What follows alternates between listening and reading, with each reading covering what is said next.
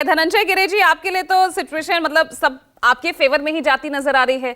UP में एक ताकतवर पार्टी के रूप में, चाहे विधानसभा इलेक्शन हो, लोकसभा, एक ताकतवर पार्टी के रूप में आप उभरे हैं, लेकिन अब मायावती का एकला चलो का ये नारा आपके लिए तो और फायदेमंद साबित होगा।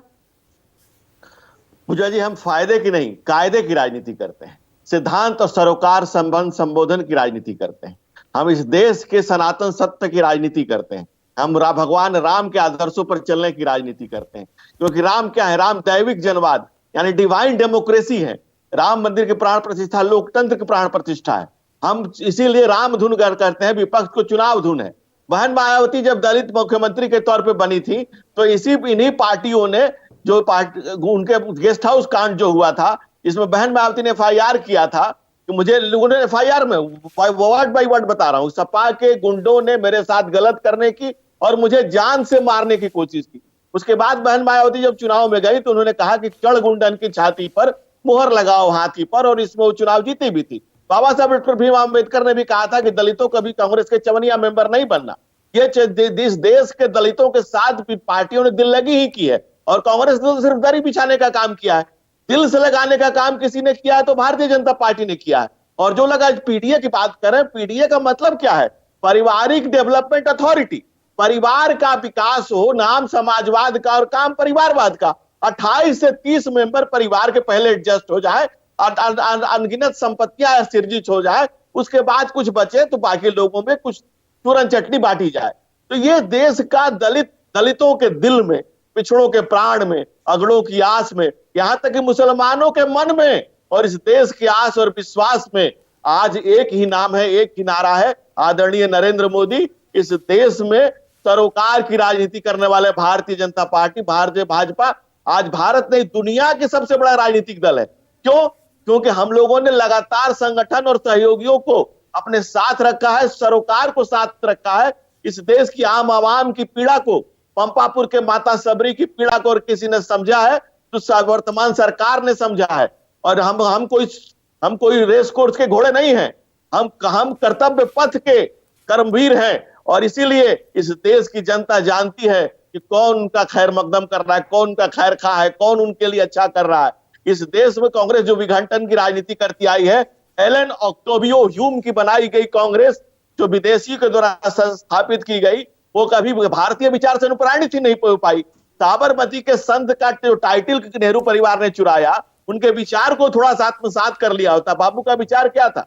राम राज्य की परिकल्पना थी।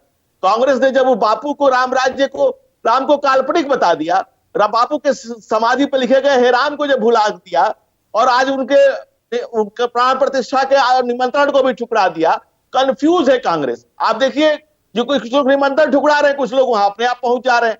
कांग्रेस में जो कुलबुलाहट मची हुई, जो खलबलाहट मची हुई, जो बिलबिलाहट मची हुई है, वो इस देश की सत्य सनातन संस्कृति से अलग और विलग होने के कारण ही है। कांग्रेस जो अपीजमेंट की पॉलिटिक्स कर रही है, हर कोई अपने वोट बैंक को इंटैक्ट रखना चाहता है ना, वही बैलेंस करने की कोशिश शायद कांग्रेस कर रही हो। आप भी तो तमाम योजनाएं, तमाम परियोजनाएं वाले लोग हैं, आप भी तो चला रहे हैं। आज मिशन दक्षिण पर है ना प्रधानमंत्री। क्या दक्षिण, क्या पूरब, क्या पश्चिम, क्या उत्तर, यहाँ का कण कण अनुप्राणित है। हम यहाँ के कण कण को, हम लोग वोट बैंक को जोड़ना चाहते हैं, भारत को जोड़ के रखना चाहते हैं। हम इस सत्य सनातन संस्कृति को सृजित करके रखना चाहते हैं। हम इस सत्य सनातन संस्कृति को जीवंत और प्राणवंत करना चाहते हैं। राम जन्मभूमि की लड़ाई लड़ी गई, राम जन्मभूमि, अरे भूमि ही राम की है, ये अयोध्या का विस्तार ही आर्यावर्त है।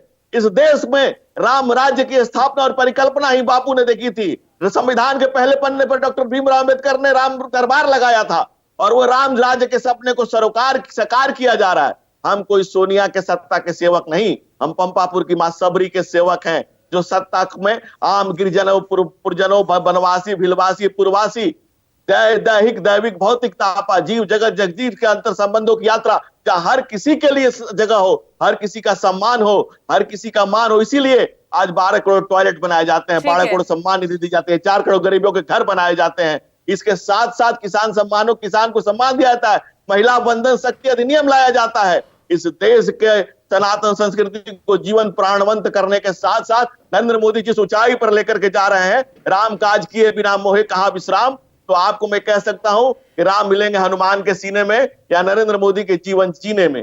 जिस तरह से वो रामत्व को अपनाए हुए हैं, साबरमती के संत ने जो सपना देखा था। आप भी तो गरीबों को न्याय, उनका हक दिलाने की बात करते हैं, लेकिन जब कांग्रेस ही यह न्याय दिलाने की बात करे, जनता के बीच खड़ी हो जाए, तो आप सवाल उठाते हैं। देखिए, कांग्रेस राजनीति की रेस में है, हम राम धुन में है, कांग्रेस चुनाव धुन में है। यात्राएं तो बहुत होती है इस देश में भाई। राहुल गांधी जी के जीवन में कुमारी कन्या का न मिलना एक संजोग हो सकता है, लेकिन पिछली उनकी कन्याकुमारी से कश्मीर तक की यात्रा फेल हो गई। उस फेल यात्रा को देख करके राहुल गांधी फिर से न्याय यात्रा को लेकर के चलने की कोशिश कर रहे हैं। कश्मीर से कन्याकुमारी से कश्मीर का कहरा फेल हो गया, तो मणिपुर से महाराष्ट्र महाराष्ट्र आने लगे। ठीक है, कहरा से नहीं चलने वाला है। ये देश जो है, ये देश अपने अंदाज से चलता है, सनातन संस्कृति है, सरोकार से चलती है। मैं आऊंगी आपके पास विनय सिंह जी।